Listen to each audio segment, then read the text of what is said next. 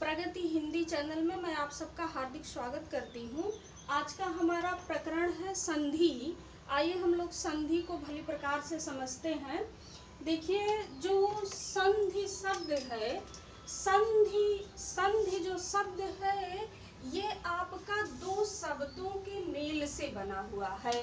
सम plus धी के योग से संधि शब्द बना हुआ है। अगर इसके शाब्दिक अर्थ की बात करते हैं कि संधि का शाब्दिक अर्थ क्या होता है, तो संधि का शाब्दिक अर्थ होता है मेल होता है। इसी को समझौता कहते हैं, मित्रता।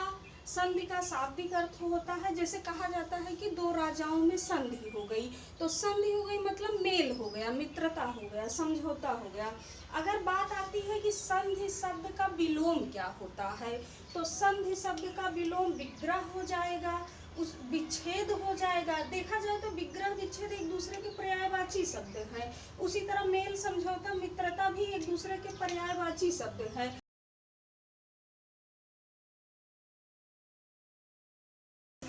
इसका शाब्दिक अर्थ होता है मेल, समझौता या मित्रता। इसका विलोम होता है विग्रह या विच्छेद। यदि देखा जाए कि हिंदी में शब्द संरचना की कितनी इकाइयां होती हैं, तो यहाँ पर हमने लिख दिया है कि शब्द संरचना की 4 इकाइयां होती हैं। संरचना मतलब जो शब्दों का निर्माण किया जाता है। जैसे मूल शब्द में उपसर्ग लगकर, है ना, और प्रत्यय लगकर, समास के मेल से, जैसे दो शब्द रहते हैं, है ना, तो दो शब्दों का जो संधि के माध्यम से दो शब्दों का एक शब्द बनाया जाता है, मतलब कहने का अर्थ कि वर्णों के मेल से संधि होता है।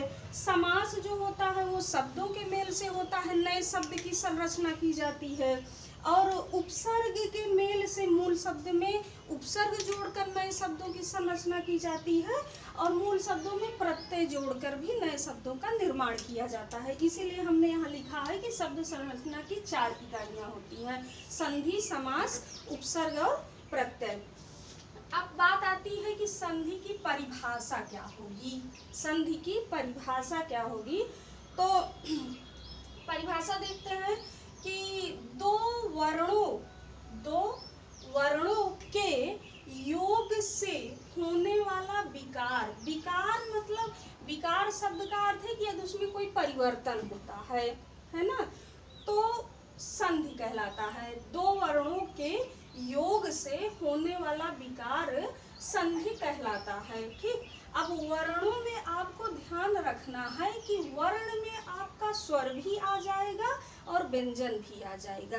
कहने का अर्थ है कि जो दो वर्णों का योग होता है, वो आपका जो वर्ण है वो स्वर भी हो सकता है और व्यंजन भी हो सकता है। तो दो वर्णों के योग से होने वाला विकार क्या कहलाता है? संधि कहलाता है।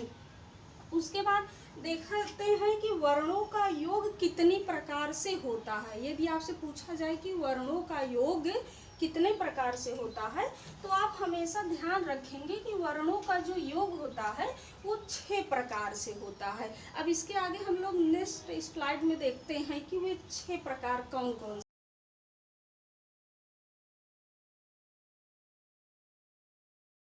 देख रहे हैं।